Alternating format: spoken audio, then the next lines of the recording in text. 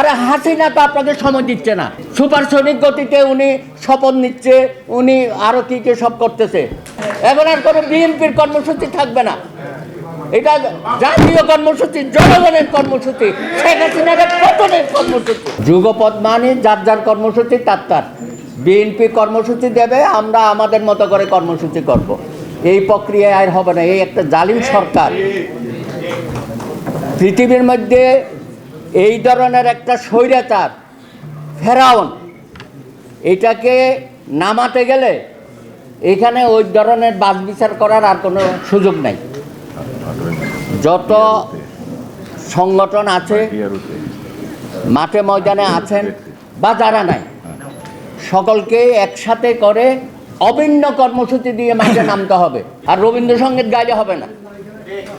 এখন কি বলে এটা, সময়ের 1 ফোর, অসময়ের 10 ফোর। আমি 10 ফোর দিতে রাজি না, আমি সময়ের 1 ফোর দিতে রাজি আছি। আসেন সবাই মিলে ঐক্যবদ্ধভাবে একই কর্মসূচিতে, একই টাইমে সারা দেশে যে যত কর্মসূচি দেয় সব কর্মসূচিতে জাতীয় নেতা কর্মী সবাই যাবে। চট্টগ্রামে সব নেতারা যাবে। এটা বিএনপির কর্মসূচি না, এবি পার্টির কর্মসূচি না। যে কোনো কর্মসূচি দেবেন, সব জায়গায় আপনারা আপনারা নিজের দলে করেন না, মান্না ভাই নিজের দলের প্রোগ্রাম করেন না, চট্টগ্রামে কাইসার ভাই যাবে, আরেক জায়গায় মমিনুল ভাই যাবে, আবার নবাব ভাইও দেখি ওনাকে বগুড়াই দেবেন হয়তো। এইভাবে হবে না, এইভাবে হবে না। একই কর্মসূচি দেবেন, সকলে মিলে অভিন্নভাবে একই জায়গায় গিয়ে দাঁড়াবেন। এটা বলা হবে না, এটা বিএনপিও বলে বিএনপির কর্মসূচি। কিসের বিএনপির কর্মসূচি? এটা জনগণের কর্মসূচি, আপনার আমার সকলের কর্মসূচি। সেই কর্মসূচিতে সকলেই আমরা ঐক্যবদ্ধভাবে শক্তভাবে মাঠে অবস্থান নিতে হবে। আমরা কি সবাই ক্লান্ত সৈনিক হয়ে গেলাম?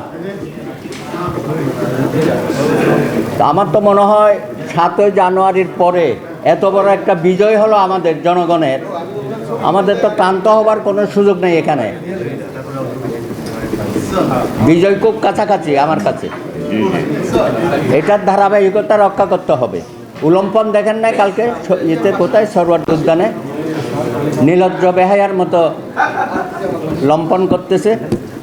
আবার কিছু কিছু নেতা মনে হচ্ছে বস্ত্রহীন হয়ে গেছে। আহারে কি যে বলে, আর সারাক্ষণে বলে আমি নির্বাচিত। সারাক্ষণে 2015 থেকে 14 থেকে শুনতে শুনতে কান ঝালাপালা হয়ে গেছে।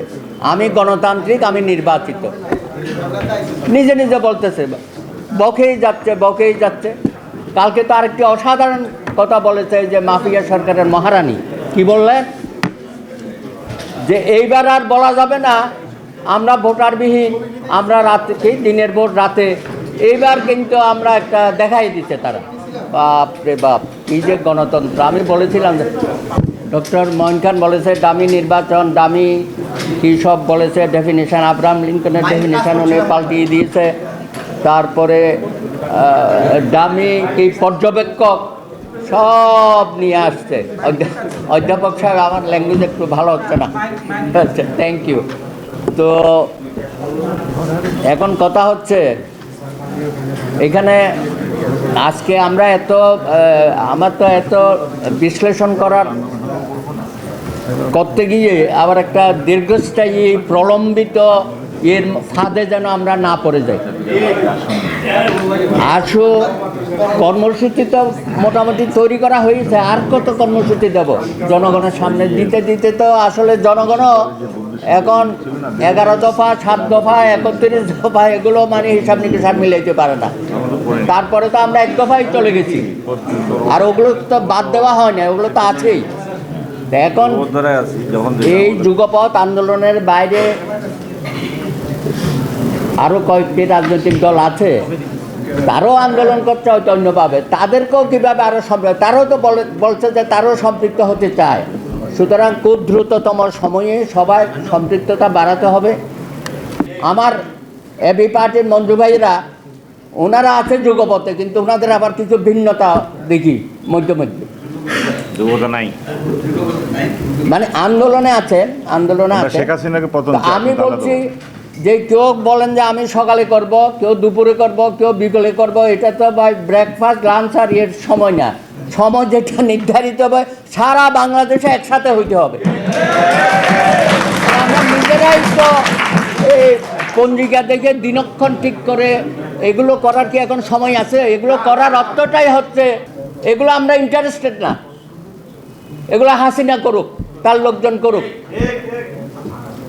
আমাদেরও সুপারসনিক তার থেকেও যদি কোনো শব্দ থাকে, আমি সাইকে ব্যাকে অনুরোধ করব ওনার মতো সবাইকে সুপারসনিক গতিতে চলতে হবে। যেমন কথাবার্তায়, তেমন রাজপথে, তেমন জনতার সামনে। সুতরাং হ্যাঁ, একবার বলা যায়, দুবার তার বলা যায়। তো কথাটা হচ্ছে এখানে সবাই নেতৃবৃন্দ আছি আমরা। আমি কিন্তু আর এক মুহূর্তের জন্য বসে থাকতে চাই না। জনগণ যেভাবে আপনাদেরকে বিজয়ের মালা এনে দিয়েছে, শেখ হাসিনার তো পরাজয় হয়েছে 7 তারিখে। তো জনগণকে আমাদের কিছু দিতে হবে না? আমাদের অ্যাপার্টমেন্টে একজন লোক ভোট দিতে যায় নাই, 10টা পরিবার আছে। তাহলে চিন্তা করেন, এবার একজন লোক নাই, দারোয়ানও যায় নাই, পিউনও যায় নাই। এজন্য আপনাকে ধন্যবাদ দেওয়া দরকার। বলছি আর কি, এটা তো সারা দেশের। আরে ভাই, ওই ভাত তো টিপতে হয় না সবটা, না টিপে নাকি আমার মা বোনেরা? হ্যাঁ, ওরা তো আমরা কি একটুও বুঝি না মানুষের অবস্থানটা কোথায় আছে? নর্মসটা তো বুঝতে হবে। সুতরাং আমি অনুরোধ করব নেতৃবৃন্দকে এই কালক্ষেপণ না করে, আপনারা দেখছেন আসলে আমাদের কোথায় কোর্ট কাজে কালকে আলমগীর বাইরে দেখেন জজ কোর্টে ম্যাজিস্ট্রেট সাহেব দিয়ে দিল 8টা 9টা মামলায়।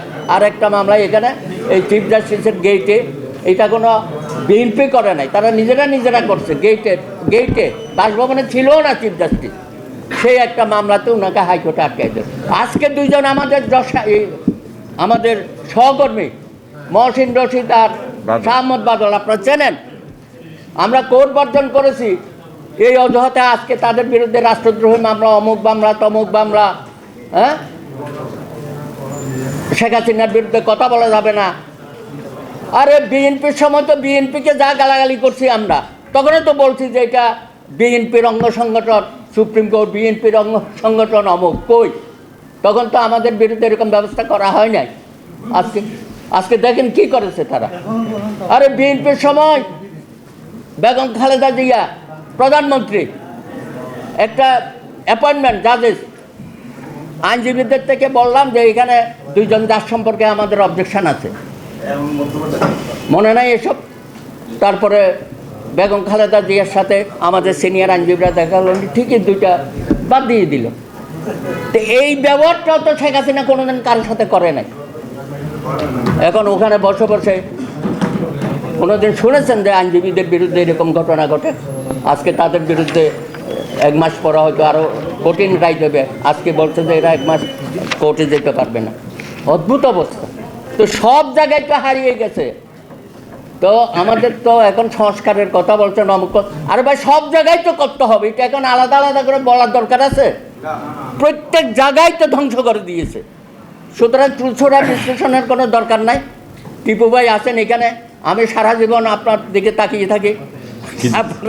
তো এখন আপনিও যদি আমাদেরকে বলেন যে এখন রবীন্দ্রসঙ্গীত গান, আমি রবীন্দ্রসঙ্গীত গাইতে রাজি না। আমি কারা রইল হোকপাটের মধ্যে আছি, আপনি যেটাতে ছিলেন। তা আসেন আবার সকলে মিলিয়ে আপনাদের মতো যারা আছেন অতীতের বিপ্লবী, সবাইকে নিয়ে আমরা একসাথে অগ্রসর। ধন্যবাদ।